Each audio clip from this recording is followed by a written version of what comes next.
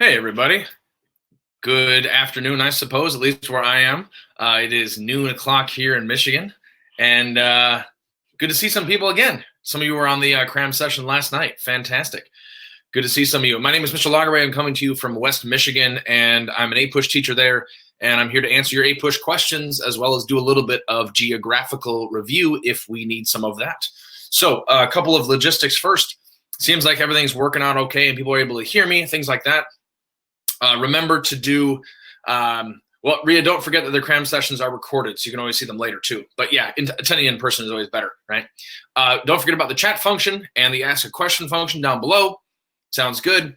And if you have other questions for me, feel free to ask them in either place. If it's sort of in the flow of things, the chat works better. If it's sort of a bigger topic you want me to cover later, putting it in the ask a question function down below is probably a good idea. Let's see, we got ourselves 4 questions here so far. Before we get into that too much, let me just be able to get through some preliminary slides here a second. So a couple things. Remember, we have these weekly streams that are happening, and then we also have some free ones. This might be changing, especially after Friday with the College Board announcement for APs, and that's going to be a little bit different. But we got the Cram sessions for APUSH. Those are happening on Tuesdays. So that would be, the next one is April 7th. That's Unit 3 at 9 o'clock. Then we got other ones coming up. 2 days, we finally find out what the content is. Well, I mean, not content, I guess, but the what sort of FRQs are going to be asking, when the exams are going to happen. Woohoo! I'm excited too. We got some Q&A study sessions coming up as well. So we have you covered for your questions. And then, of course, for all of your review as well. Should be good. Follow Think Fiveable on social media, obviously, if you want to get more updates as to when these happen, if you don't get enough emails from us, those kind of things. And then in this stream, we're talking, again, questions and answers that you folks have, and then geography and territory. I'm basically going to show you a whole bunch of maps and be able to talk about some of the important things there.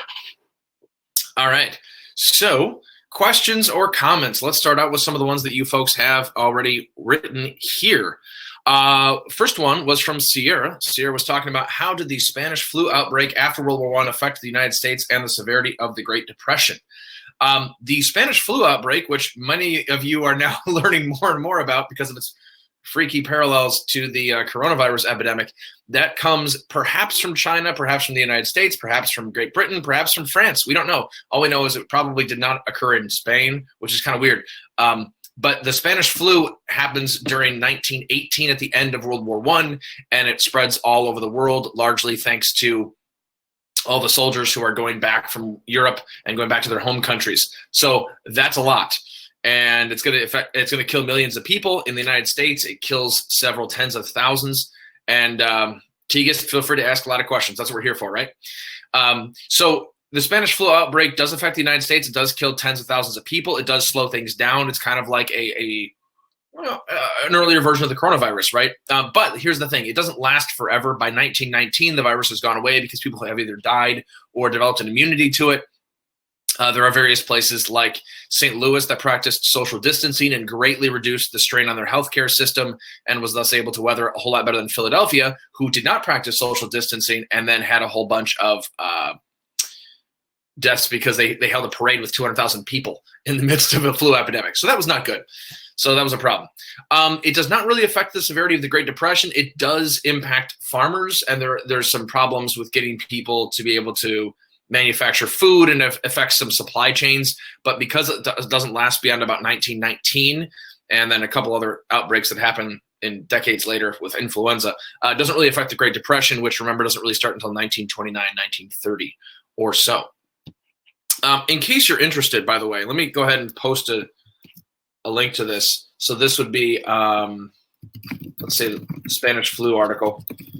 I'm going to post this to the bottom of the screen. So if you want to learn more about the Spanish flu article, I'm going to post that at the bottom. So you can click on that, read that sometime later. It's quite interesting talking about the Spanish flu, its background, how the United States dealt with it, how it affected the United States.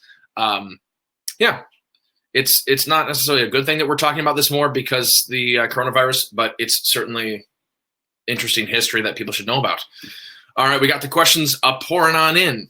And, oh, a good idea, keep upvoting the questions that you want to have answered, because that way I can sort of prioritize and see what we're doing here.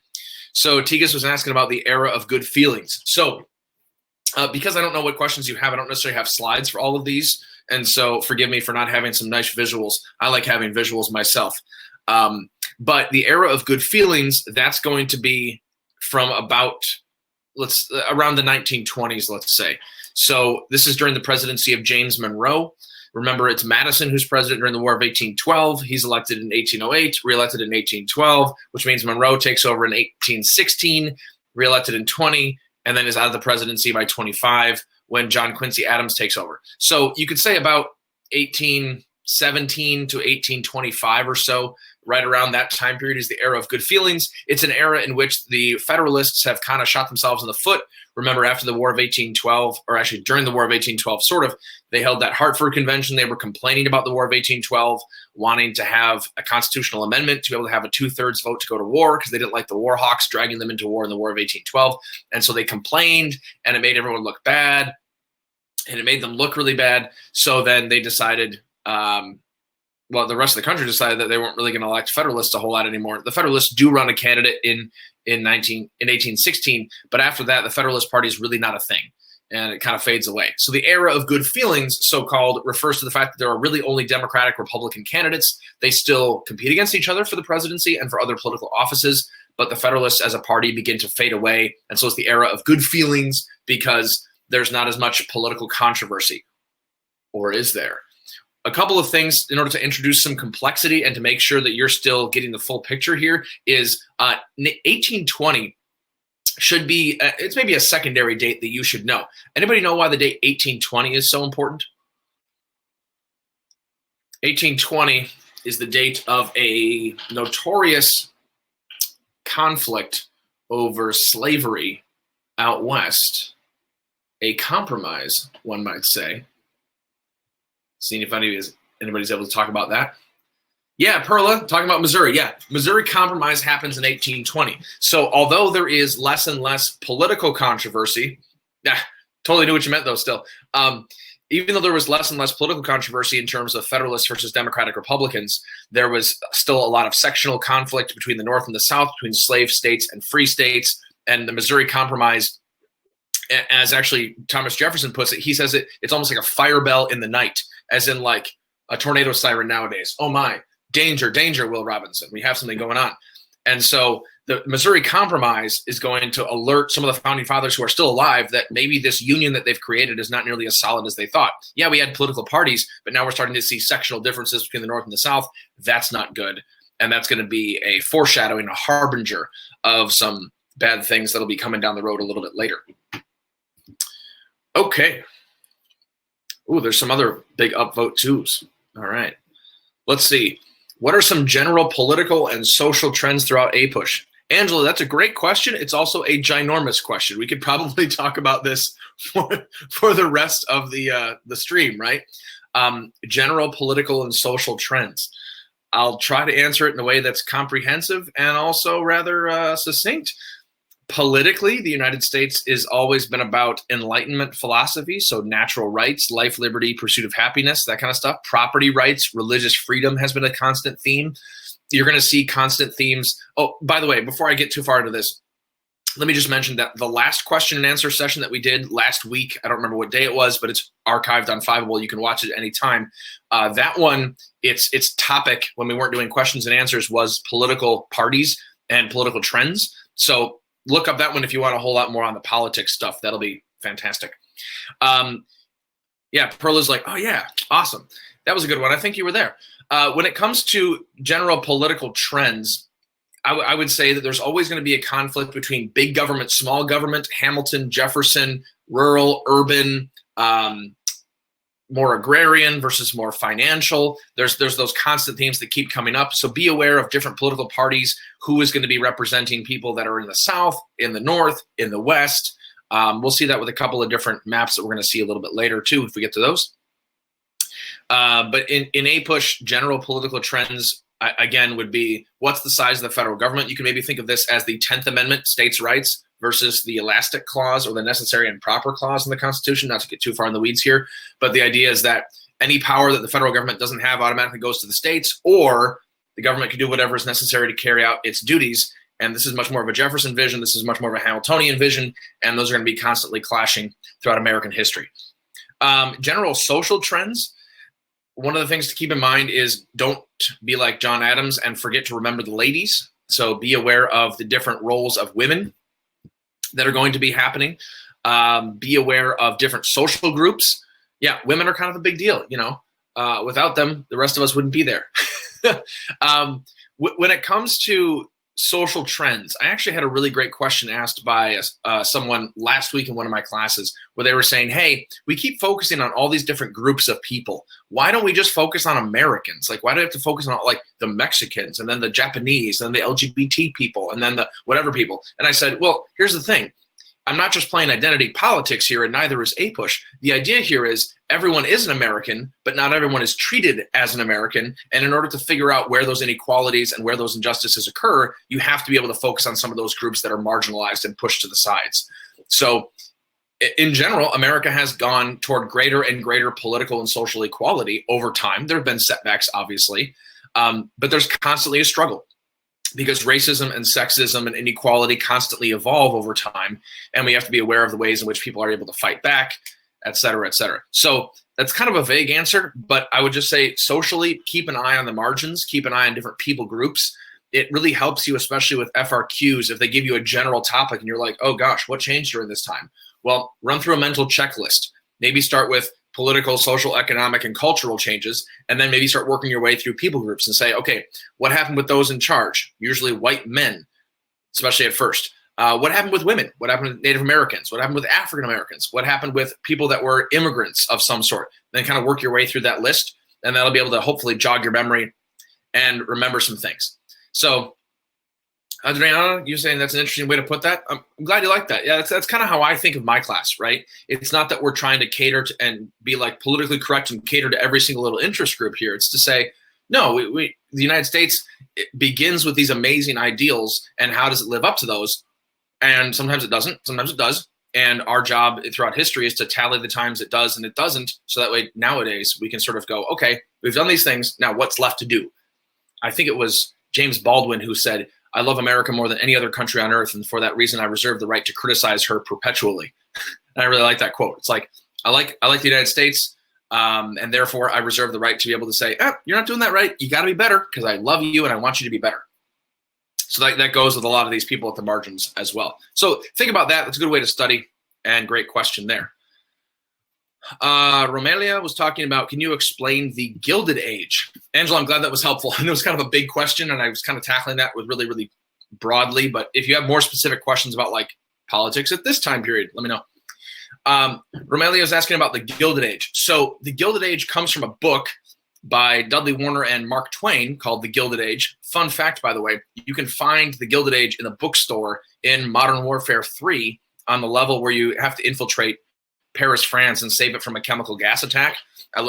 Because I'm a huge nerd, I was playing that game one day and I was like, wonder what books they have in the bookstore.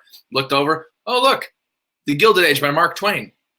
So it comes from the book by Mark Twain about the Gilded Age. And what does that mean? What does he describe? Well, gilded means covered with a thin layer of gold. And so it looks really good on the outside, but on the inside, it's not so great. So Gilded Age refers to most of period 6, let's say. And this would be 1865, aka the end of the Civil War, all the way until, it kind of depends on when does it end with the Progressive Era? Does it overlap with the Progressive Era? I kind of like that. So it starts in 1865 after the Civil War, and it goes until, let's say, I don't know, 1900, 1914, something like that. I personally like to end it with World War I, but that's neither here nor there. So as Tegas is mentioning, yes, Boss Tweed is a big part of this. So on the outside, it looks really good. You have your Rockefellers, your Carnegies. You have these amazing inventions, these huge companies. You have amazing industry. You have United States steel output, oil output, growth of industry, growth of capitalism, growth of cities. The United States is booming during this time. But like we just mentioned in the previous section, booming for whom, right? And this is where the inside starts to come out. So the outside of economic prosperity, which is made by horizontal vertical integration. Nice job, Perla. Yep. We got things like monopolies and Standard Oil and U.S. Steel and stuff. Those look really good from the outside. The problem is on the inside, you're going to have corruption.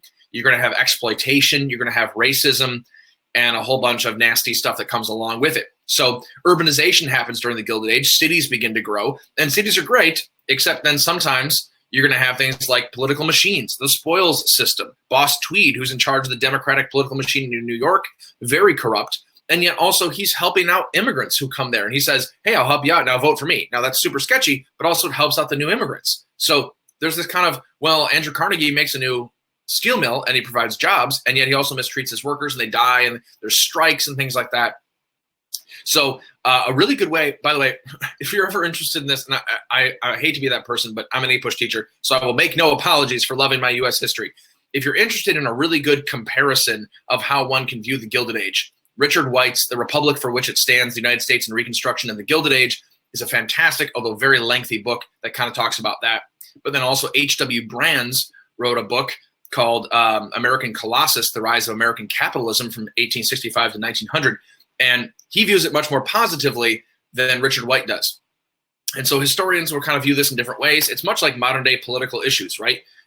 Do we give lots of applause to the millionaires and the business class because they create jobs? Or do we go, boo, they're hogging all the money, help out the workers? And modern historiography kind of reflects that too. So the Gilded Age is an age of good stuff on the outside, bad stuff on the inside, and very much it's setting you up for complexity, right? So you should be able to talk about the good parts and the bad parts. The good parts, like we said, the creation of jobs, prices of many goods go down during the Gilded Age because of mass production, right? Things become affordable for people and accessible to people.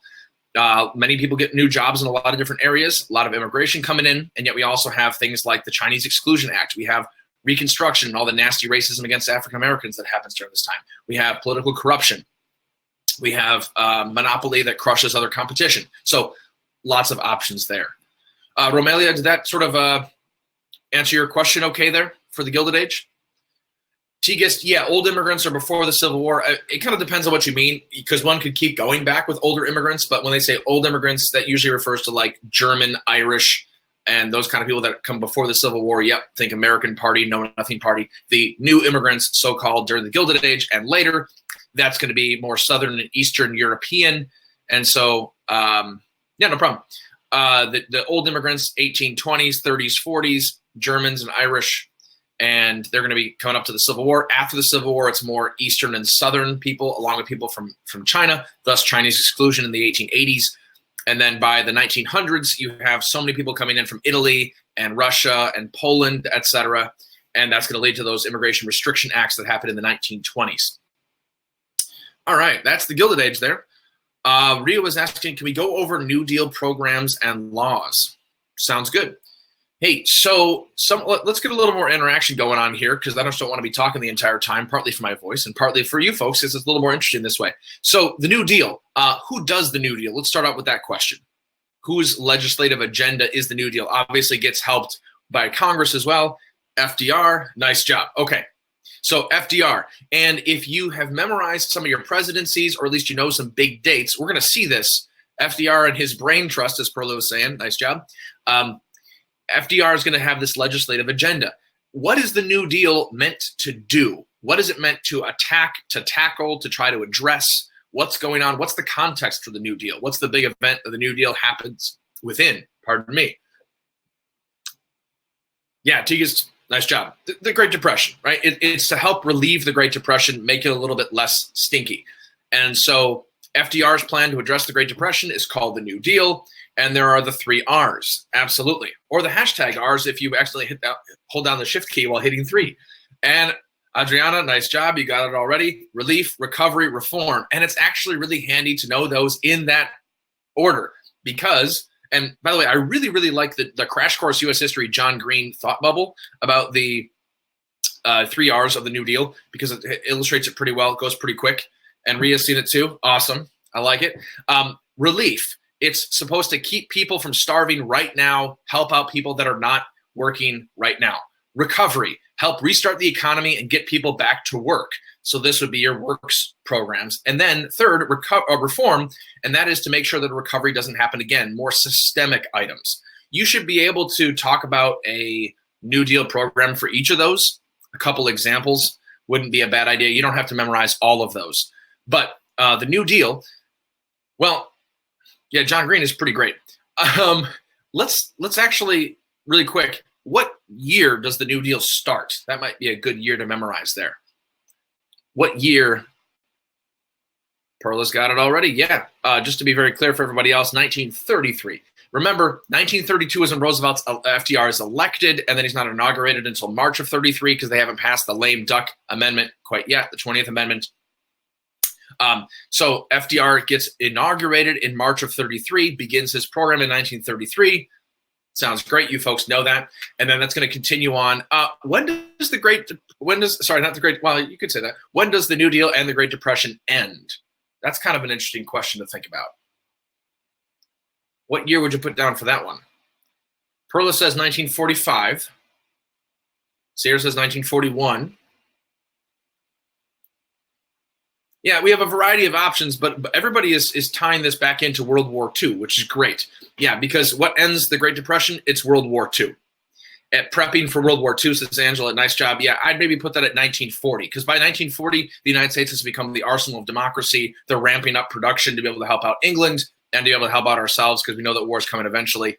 The New Deal absolutely does help make the Great Depression less sucky for Americans, but it can't end the Great Depression by itself. Only World War II and its massive, massive spending can do that. Plus, everyone's in the Army, so no unemployment. So talk about a couple of New Deal programs. Let's start with the first R. So we have relief. Do we have any sort of relief items that happen almost immediately? Well, that would be things like the Emergency Banking Act that say we're going to close down the banks, bank holiday, bank inspection. That's a big deal. You have other programs, well, even just repealing the 18th Amendment with the 21st Amendment, right? Getting rid of prohibition, helping people out so that they can have a drink after too many years of depression. You're going to have other programs that might be considered relief as well, like the WPA, PWA, Works Progress Administration, Public Works Administration, the Civilian Conservation Corps. Nice job. We have other ones that are going to be helping out people immediately and then giving them jobs. A lot of these are very temporary, right? And some of these get struck down by the Supreme Court. You should be aware of that. The National Recovery Act especially is way too much government interference with business, according to the Supreme Court, which is more conservative, and they strike down the laws. And Perla, absolutely, a lot of these R's are going to overlap. In fact, John Green actually talks about that too. But yeah, a lot of these R's are going to overlap because is it recovery because it helps people not starve, or is it relief because it gives, or sorry, is it relief because it helps people not starve, or is it recovery because people are then working? A lot of what FDR is going to be doing is called infrastructure projects, right? And all the alphabet agencies that Saba's talking about. Yeah. So a lot of these are going to involve infrastructure that involves highways, roads, bridges, airports, tunnels, things like that, that are preparing the backbone of the American economy to help it get better. In fact, a really good example of that happens later that's unfortunately not on the exam is the interstate highway system of the 50s under Eisenhower.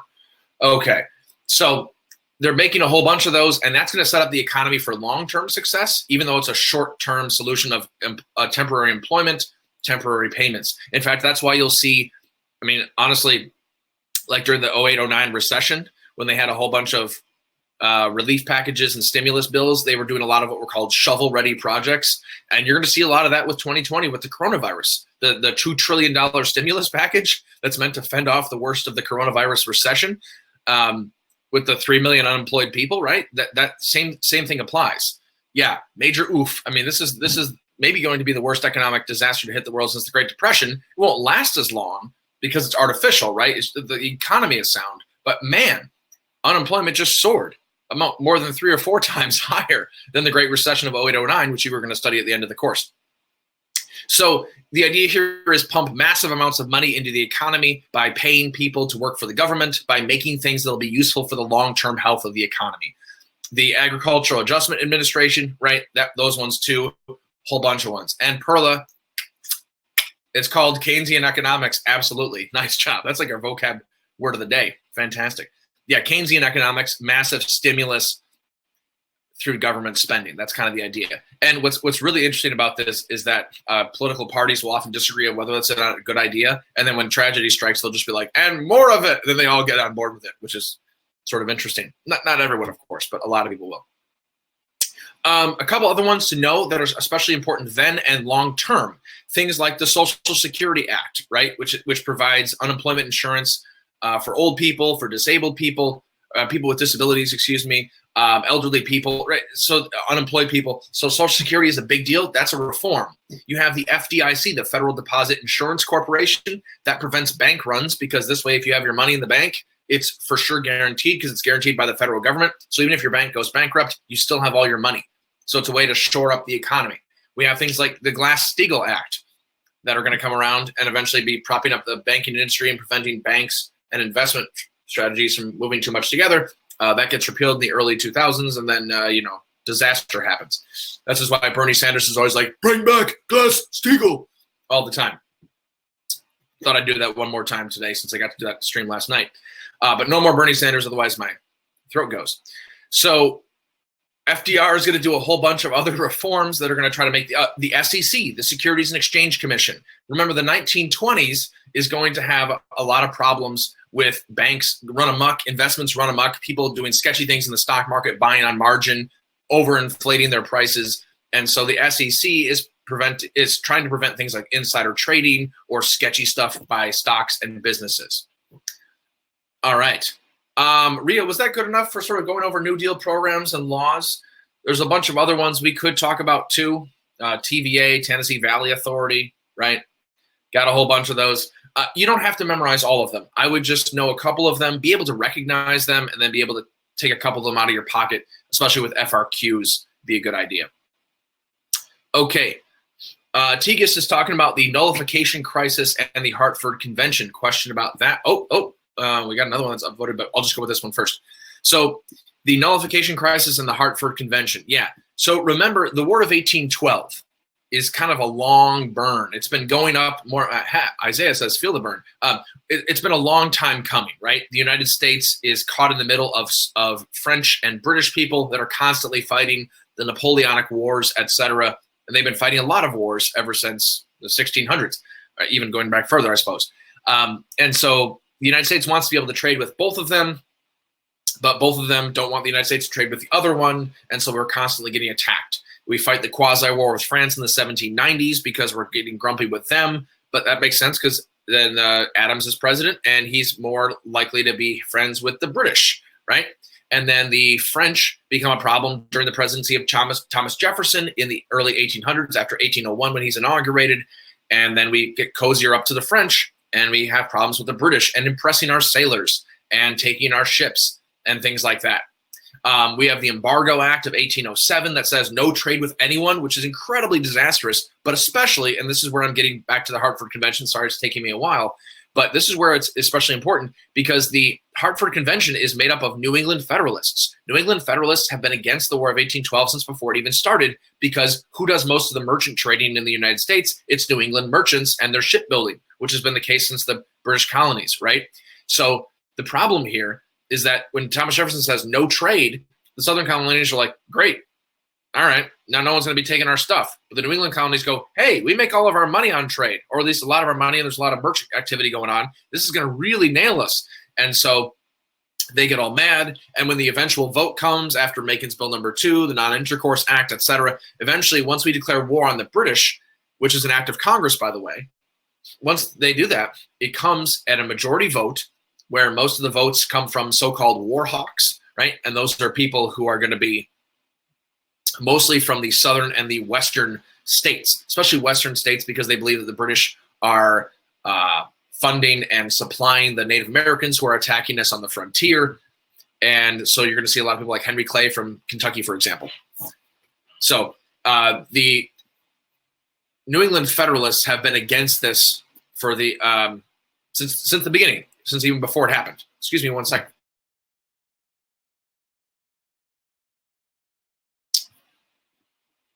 It's not the coronavirus, just a little bit of an itchy nose that happens when I talk for a while. So War of 1812 happens, and the War of 1812 is winding down / winding up, and in 1815, a bunch of Federalists are going to meet in Hartford, Connecticut, which makes sense because that's in the middle of New England. And they're going to be talking about, okay, how can we prevent a war like this from happening again? It was really disastrous to us. We didn't like it. What can we do? And they decide to propose a series of constitutional amendments, and they threaten to possibly secede and if their demands are not met. So I'm not quite sure that I would necessarily call this the nullification crisis, Tigist. That might be with later on with South Carolina and President Andrew Jackson with the whole tariff of abominations thing.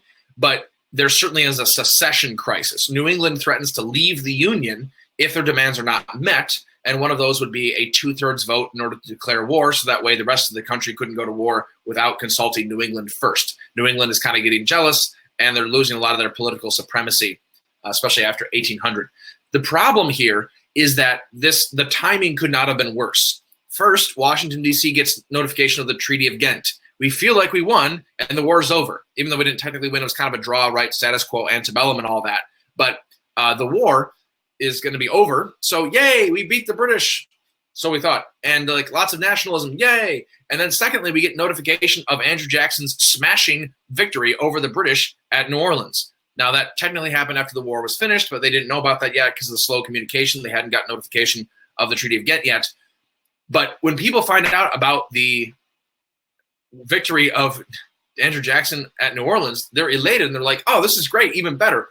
There's a lot of America going on. And then the third thing to come to the United States Capitol is going to be these whiny Federalists from Hartford that are like, well, we didn't like the war. Don't go to war without us. Otherwise, we're going to secede. Are you kidding me? Everyone else is feeling super patriotic, super America. And we have all these whiny Federalists in New England who are threatening to secede, to break apart the country because they didn't get what they wanted, even though what they didn't want turned out to be a great thing for the United States, thinks everyone else, because the war was awesome. So there were probably people who died years later thinking America won the war. Yeah, I mean, it was sort of a draw. There weren't people that died years later. It was just like a couple of weeks maybe later. It wasn't too bad. But yeah, Americans after the War of 1812 thought that America won the war, or at least we kind of thought that we did. It was a draw. Everyone just kind of said, this was dumb. We don't like this. Let's just withdraw to the way it was. We didn't gain anything. The British didn't gain anything. We didn't get Canada. They didn't take over stuff. But if they never got the news, would they even know years later? Maybe. I mean, I'm sure there were some backcountry folks that didn't hear news very often. But the majority of Americans during this time are fairly literate and connected somehow, right? Think like newspapers, etc. So they would probably figure out the United States won. But can't speak for everywhere in the world, right? Tigist, is that good enough for the nullification stuff and Hartford Convention? Secession crisis, Hartford Convention? Okay. Sounds good. Okay, so then Texas annexation, the start of the Mexican-American War, and its effect on slavery. Let's talk about that. Okay. Do you mind if I actually go a little bit ahead in my slides here? I had a slide that was talking about this, and that'll be helpful for us. Let's see. Here we go. Okay, so I was going to show you some maps here, and the gray stuff that you can see right here, that's going to be the Republic of Texas. It's going to make you guess that. But this is what happens when the United States, well, first of all, Texas wins its independence, right? Late 1830s. Part of the reason for that was that the people that were brought into Texas by the Mexicans, when Texas was part of Mexico, they wanted to settle that area, kind of create a buffer between them and some of the nomadic Native American tribes. And so they were encouraging a whole bunch of, yeah, let me make that map a little bit bigger. You can see less of me because nobody needs that. How about that? So Republic of Texas. So there were a whole bunch of encomenderos, right?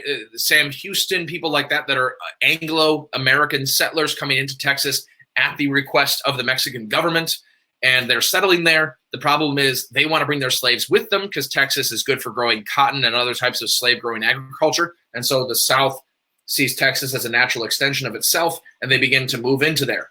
The problem is Mexico votes to get rid of slavery, and then they make all the Texans get rid of their slaves. They say no, they revolt, and then we have the Alamo, Santa Ana type stuff, and eventually Texas becomes its own independent state. And what I mean by independent state, I mean like independent country, not like state, but like, you know what I mean. So Texas becomes its own independent country. The problem is that it's not annexed by the United States because they're starting to worry, much like with Missouri earlier, what do we do if we don't have a matching state to go on top to keep the free state, slave state divide?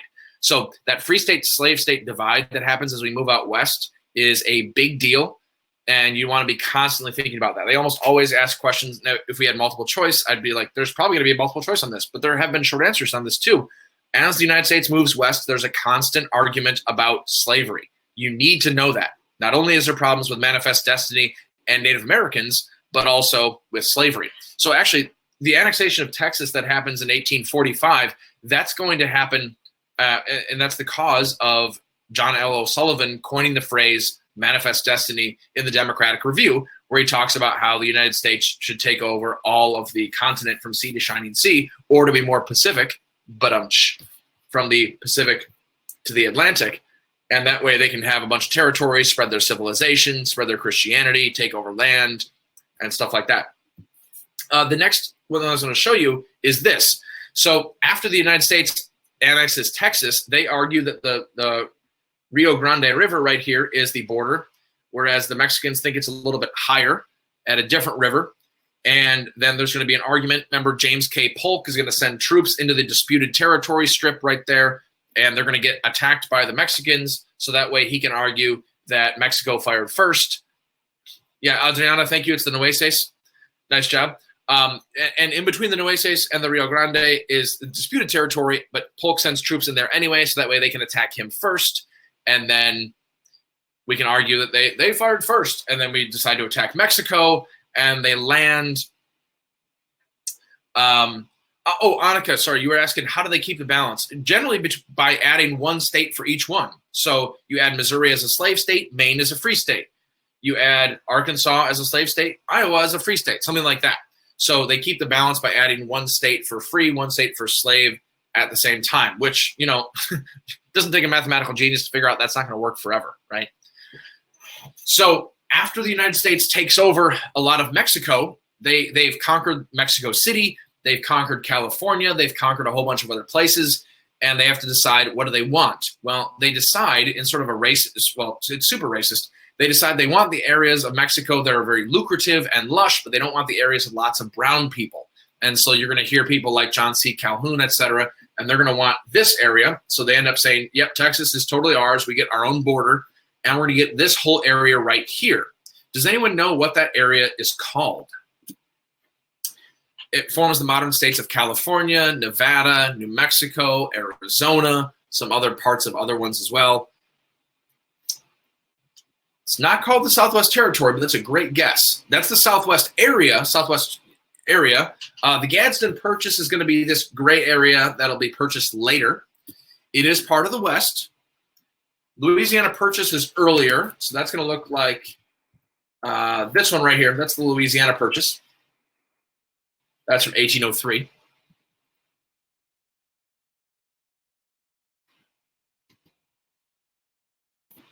Angela, you got it. Yes, the Mexican Cession. There we go. So the Mexican Cession is the area that Mexico cedes or gives up to the United States, and that's going to cause a whole bunch of problems. So Mexican-American War starts in 1846. It goes until 1848. It's under the direction of James K. Polk, who's literally only elected to be able to do this because that's what he promises to do, and then he is done. He doesn't run for re-election. Nice, great, Angela. So Mexican Cession. Awesome. It is now. Here's the thing: the United States takes it over in 1848. They think, oh no, we're gonna have to cut this up into multiple states, but that's okay. We have plenty of years. It'll take a lot of years for enough white people to move there in order to apply for statehood. We'll have plenty of time. We'll figure this all out later. But wait, what happens in 1849 that leads to tons of people moving to the Mexican Cession, mainly this area, California? Sierra's got it. The gold rush. Absolutely. And I'm glad that it's gold on the map too. So the California gold rush happens in 1849. You can remember that if you know any football. San Francisco 49ers, named after 49ers, aka people that rushed to California to get gold during this time. And they are going to be flooding the area with so many people, they apply for statehood. The problem is we don't have another state that can go with it.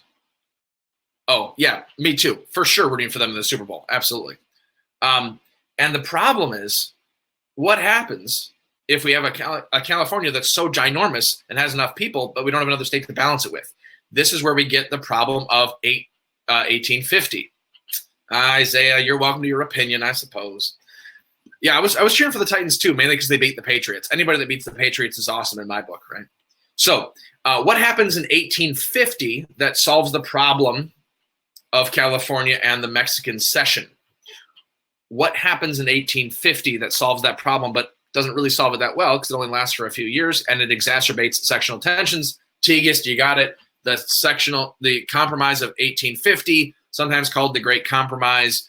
Yeah, this is the one orchestrated by Henry Clay, Daniel Webster, John C. Calhoun. And what does this say? Well, it says that California is going to be a free state. And what does the South get in return for California being a free state? Because the free states just got a whole new state. But what do the slave states get? What's part of that Compromise of 1850? There's a whole bunch of small stuff. Missouri Compromise is happening earlier. That's in 1820. That happens with Maine, too. So Maine is the part of the Missouri Compromise. There are so many compromises. Kansas-Nebraska Act is later, and that's its own thing. That's in 1854. I'm actually going to show you a map of that later. There are so many compromises. However, let's just review a couple of those. You don't need to know all of them, okay? So I would say in terms of compromises out west and westward expansion and slavery, you need to know the Missouri Compromise of 1820. Missouri becomes a slave state, but everything below this line becomes a slave state. Everything above it becomes a free state, except for Missouri. And then Maine becomes a free state.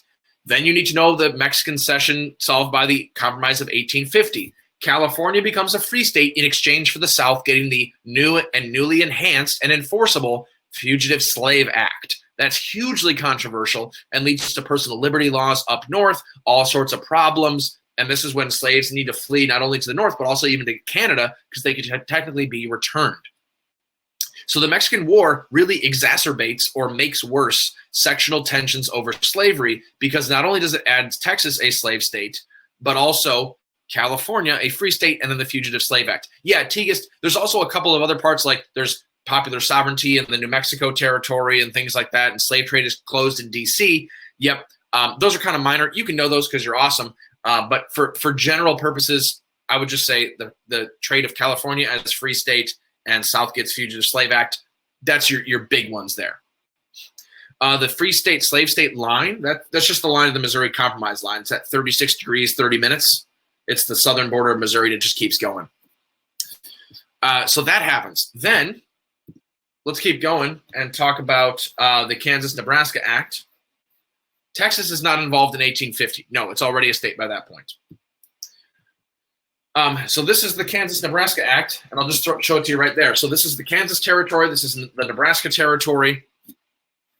And this is where, remember, Stephen Douglas, who owns a bunch of land in Illinois, wants a transcontinental railroad to go through Nebraska. But in order for that to happen, it has to be organized as a state. So he proposes that we allow the people in those places to vote, popular sovereignty. They try to fix it by saying, look, we're not going to decide. We're going to let the people vote there. But that causes bleeding Kansas, right, where everyone's like, all right, well, let's move to Kansas and vote for our preferred candidate and kill people that vote against us. Because you can't vote against me if you're dead, right? So Kansas-Nebraska Act, that's in 1854. And that's, I would say, the last of the major compromises that you need to talk about. Rhea, yeah, there's Brooks and Sumner, right, where Preston Brooks beats Charles Sumner with a cane in Congress, all kinds of crazy things. Yeah, that happens because of bleeding Kansas. It's not good. It's not good. Yeah. So those are most of the compromises, and it's handy to know approximately where those are. Like, oh, look, there's California. It was part of the Mexican cession. Oh, look, here's Texas. You should know where that is. And the Nueces and the Rio Grande River, you should know those. You should know where the Kansas-Nebraska Act is. If they happen to show you a map of the Missouri Compromise, you should know what that means and what it is. You should be able to know that from Kansas and Nebraska Act. If they show you that, know where that is too. Okay, we had some other questions as well. Let's see. Did the market and industrial revolutions coincide? Let's talk about that one. Sure. So market revolution, so-called by historians because it allegedly involves the expansion of the market, it is a kind of industrial revolution. This is not world history, so it's a little bit confusing to talk about this. But yeah, I would say the market revolution is part of the first industrial revolution because the market revolution or sometimes called the Communication and Transportation Revolution by Daniel Walker Howe in his book, What Hath God Wrought? Great book, by the way, too. He argues that it should be called that because the market already expanded and it already existed, but what changed was communication and transportation. So things like steamboats, canals, telegraph, and then you're going to get things like the Slater mill system, the Lowell factory mill system, and those are part of the first industrial revolution because the first industrial revolution involves things like textile mills, and that's going to be all in the early 1800s. So market revolution and first industrial revolution, let's say 1800 to 1850, just to give it a nice broad 50-year span. If you're talking about the second industrial revolution, that's after the Civil War, 1865 to like 1900 or something like that. So market revolution, industrial revolution do coincide, slightly different emphases, but otherwise they're the same. Perla was asking, how can we differentiate the historical skills associated with different questions? For example, how do we know if it's CCOT versus causation versus change and stuff like that? Before I get to that, let me answer Angela's question in the chat there. It kind of depends, Angela. I wouldn't say that they're not necessarily the same thing, but I wouldn't necessarily say they're exactly the same. So the market revolution and the first industrial revolution, sure, use those two interchangeably. But just be aware that if you see just the word industrial revolution without the term first, it could be referring to the factory and textile mill system. But probably if you're hearing industrial revolution, it's probably referring to the heavy industry phase of the industrial revolution or the second industrial revolution happening after the Civil War with steel, with oil, with big factories, Andrew Carnegie, that kind of stuff. So that'd be a whole bunch of good stuff too. Yeah, market revolution is going to change a whole bunch of different stuff. Annika was asking about that. Market revolution is going to change how fast Americans can communicate, which means more democracy because more people are informed. It's going to change women's roles because women are going to work outside the home in places like the Lowell Mills. It's going to change how interconnected the United States is. But remember, a lot of the interconnection is going to happen amongst the Northeast and the Midwest, and to a lesser extent in the South because they have some navigable rivers, and they're just less interested in infrastructure projects. Think American system and connections like that. So the Northeast becomes connected with the Northwest, and then the South kind of gets left behind. This exacerbates sectional tensions and makes them worse, eventually going up to the Civil War, right? So Perla, let me start answering your question there. How do we differentiate between different kinds of historical thinking questions? Generally speaking, it'll be fairly easy to differentiate depending on how they ask the question, and because they're not necessarily requiring you, at least according to the old rubrics, this might change on Friday, don't hold me to this, but under the old rubrics and the old writing style, you could use any of those historical thinking skills to answer any of the questions. So if you wrote your essay, your LEQ, your DBQ as a CCOT essay or a causation essay or a comparison essay, it didn't matter. You can still get the point for that. That being said, it's very handy to recognize what they're trying to ask so that way you can answer it correctly. So with a causation, they might say, use the words like cause and effect, or created change, or was it in the aftermath of, or things like that, would later lead to, or was primarily created by, or something like that. So be aware of sort of synonym words that they could ask you about. CCOT, that's talking about change and continuity over time. They will frequently give you a range of dates, and they'll ask about how did something stay the same? How did something evolve? How did something change, if at all, over time? Evaluate the extent to which labor systems changed in the United States between 1800 and 1850. Well, they're asking you to talk about slavery or about women in the marketplace, something like that. Antigist, yeah, I mean, I do really agree that knowing dates is a really good idea. That's something that I've been telling my students. I actually created date quizzes for the first time this year because as an APUSH reader, I can't tell you how many times I get people that write things outside the time period. They just don't know things. And the constant feedback we get from the chief reader is students don't know chronology. Now, I'm not a big fan of rote memorization, just like drill and kill, like memorize all these dates for no reason, blah, blah, blah. Because history is so much more than that, right? It's a story. It's fantastic. There's amazing things that are happening and connections. However, that being said, let's just be real here. Knowing your dates really well is going to be really helpful for talking about the APUSH exam. If I say 1824, you should know who's running for president in that time period. Tigist, I do have a list of important dates. I've shared those in these kind of spaces before. let me see what I can do here a second.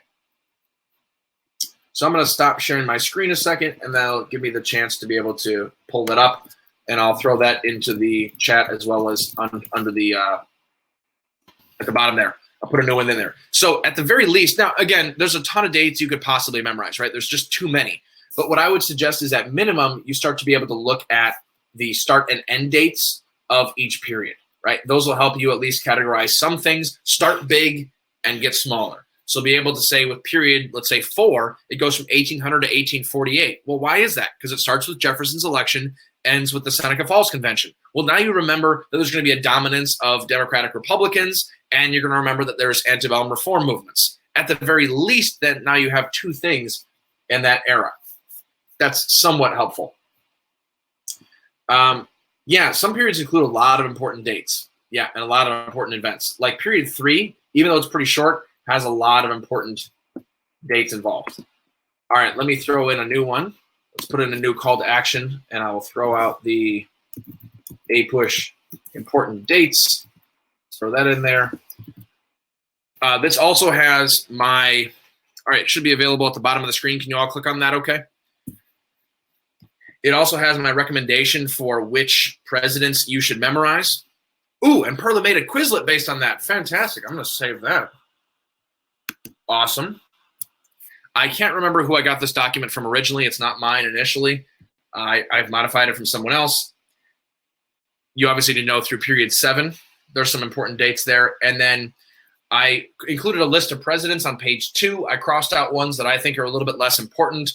Sorry about that for people that really like those ones. But yeah, I think you should know some of those presidencies, because that way if I say 1824 and I say, okay, who's president in 1824? Well, you can go, well, the election of 1824, that was the corrupt bargain election. That's going to be John Quincy Adams because it ticks off Andrew Jackson, and then boom, you're doing well.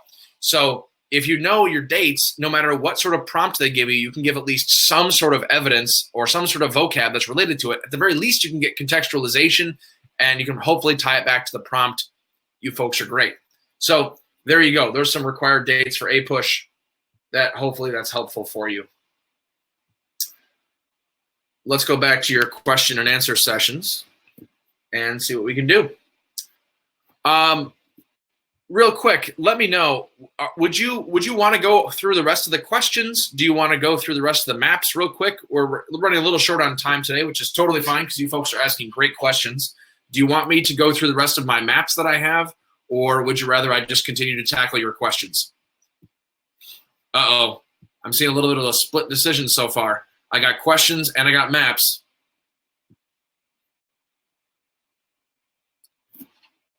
Maps, maps, maps, questions, maps, whole bunch of different stuff.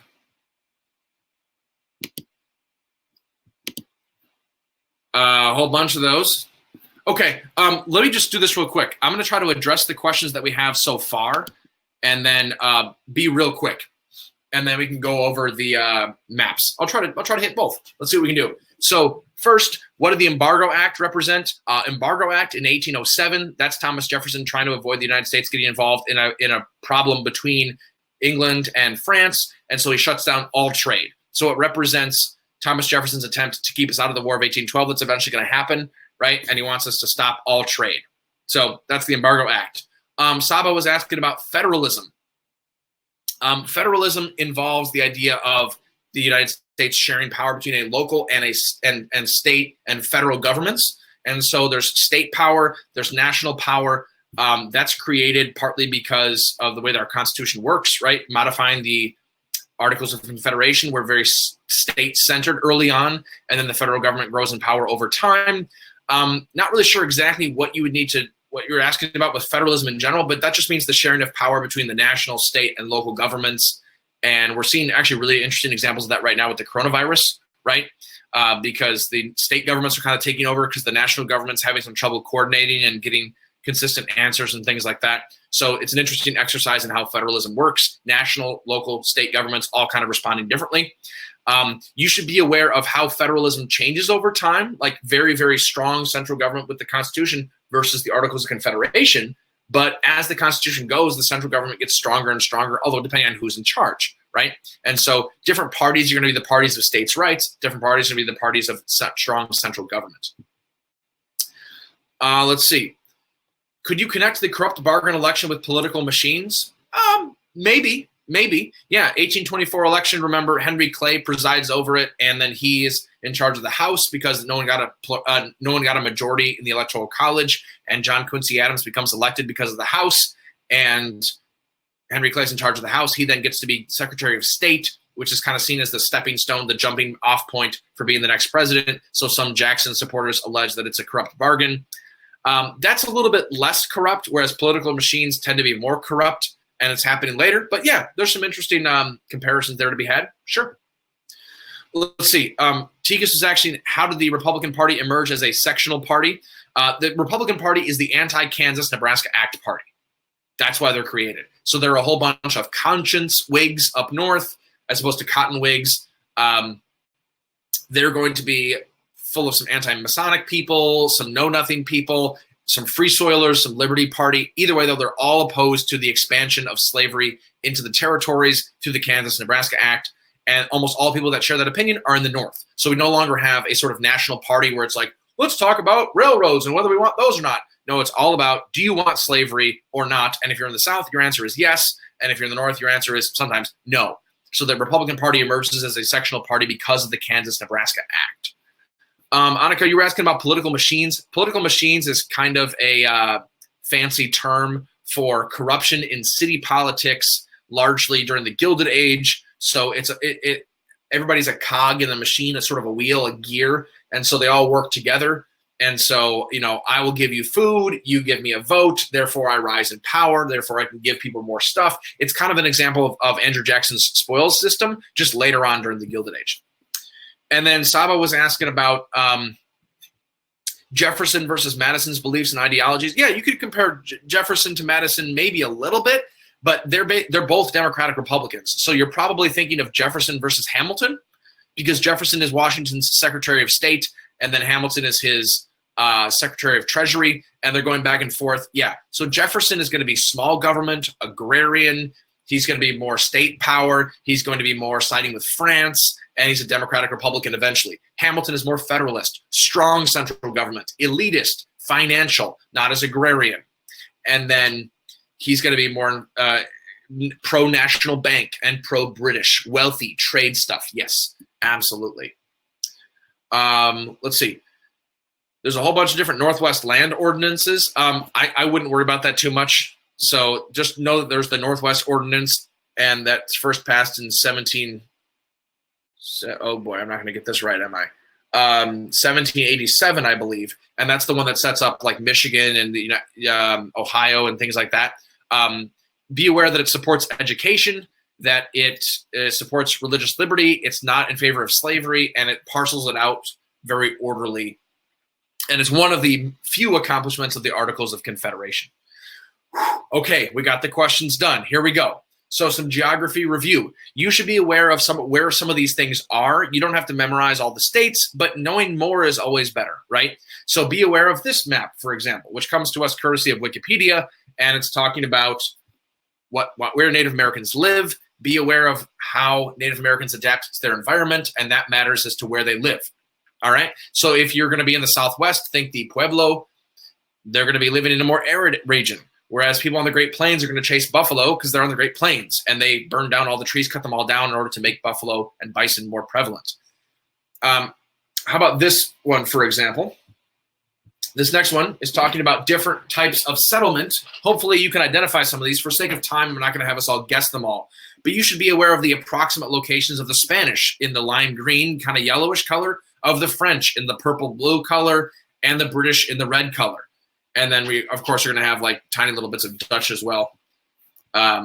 So there you go. You should be aware of where these places are getting settled, right? We have ourselves the original 13 colonies. Well, where are they happening? That would be right here. I would know the original 13 colonies. Remember, Vermont is not one of them, one that always kind of gets me a little bit. And then also remember that Maine is not one of them either because it belongs to Massachusetts. You should know the different locations. Check out the Cram Pass one that we did last night where we were talking about the differences in different kinds of British colonies. You should be aware that the higher you go, the rockier and colder the growing season and soil. Therefore, the lower you go, the richer the soil, the more labor-intensive cash crops, and thus slavery happens. Geography impacts slavery. It's a big deal. We talked about this one a little bit already, but the Northwest Territory, talked about that. You should be aware of where that is. The election of 1800, you should know that Jefferson beats Adams, and Jefferson has a lot of his support coming from the South and from the West. This is going to continue. You should be aware that this is the Louisiana Purchase in 1803. Things like that. Be aware that this is called the Monroe Doctrine, right? Europe stay out in 1823 with James Monroe. So be able to recognize the Monroe Doctrine, even though this is probably a later cartoon, probably related to the Roosevelt Corollary. Europe stay out. We talked about this one already, Texas, right? And then the Mexican Cession that happens in the 1840s. We talked about Kansas-Nebraska Act. Sorry for going a little bit quickly here. Then we get 1860. And who gets elected in 1860? Help me out with that one. Notice all the votes for this person come from the North and not from the South. Yes, Lincoln. Good job, folks. Yep, so we have Lincoln. Notice the border states vote a little bit differently than the rest of the South, and all the slave states vote differently than the other ones. Oh, totally fine, Perla. You're good. So be aware that Lincoln wins in 1860, and because it's a sectional party, right? Then we see the Confederacy here in green. You should know that. You should be aware of the border states. The so-called border states are going to be Missouri, Kentucky, Delaware, and Maryland. Those are slave states that stay in the Union. There we go. Missouri, Kentucky, Maryland, and Delaware. My mouse is a little bit off right now. I don't know why. Then we're going to continue to see things like this. This is the Transcontinental Railroad. Annika, I don't have a page with all of the elections, but if you look up presidential elections on Wikipedia, you can find, in the United States, you can find one that has almost all the maps. That's where I got this one from. You can find almost all of them up through, I think, 2004, and they're all available, and they all look like this. And they show both the electoral vote and the popular vote. Very useful.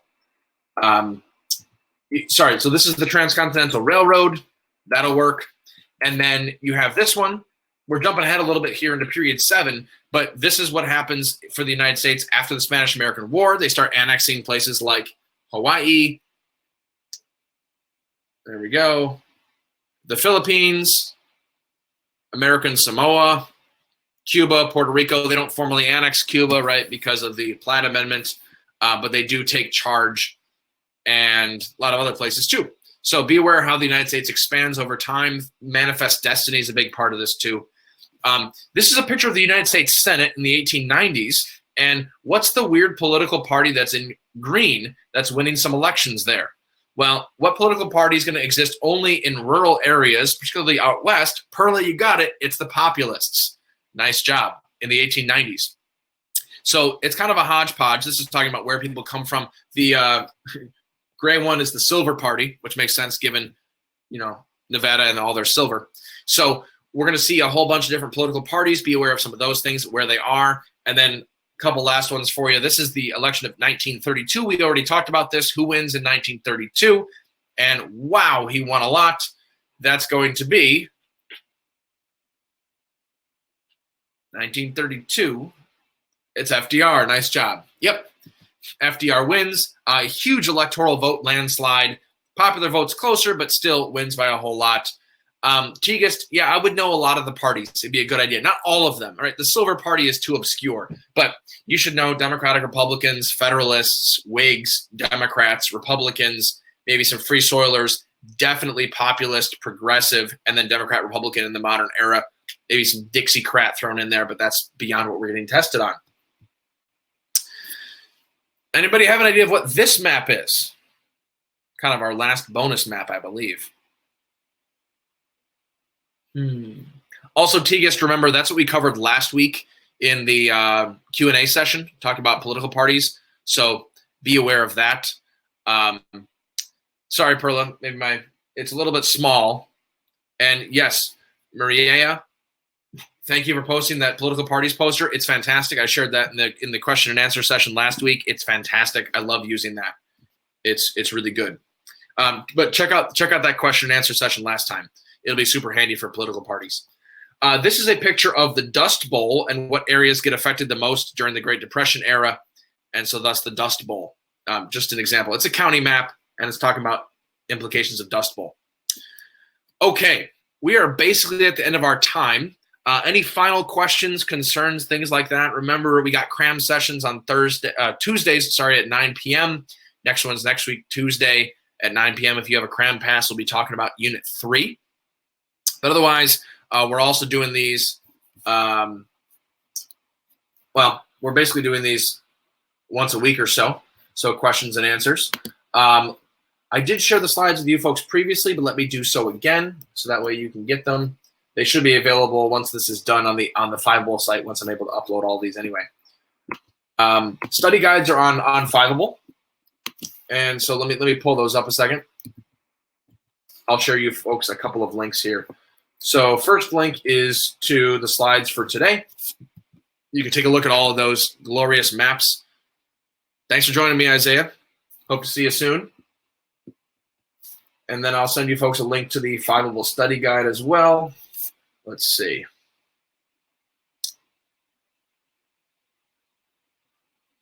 You weren't able to download the Cram session. Are you still able to watch it, or are you just not able to download it? Or can you not even see it at all? Okay. They're still working on the whole download thing, but let me double check and see what I can do. Just a brief second here. So with APUSH and the study guides, let's see if I can find a good link to this.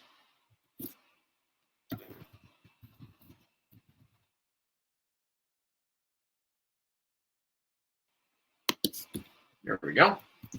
All right.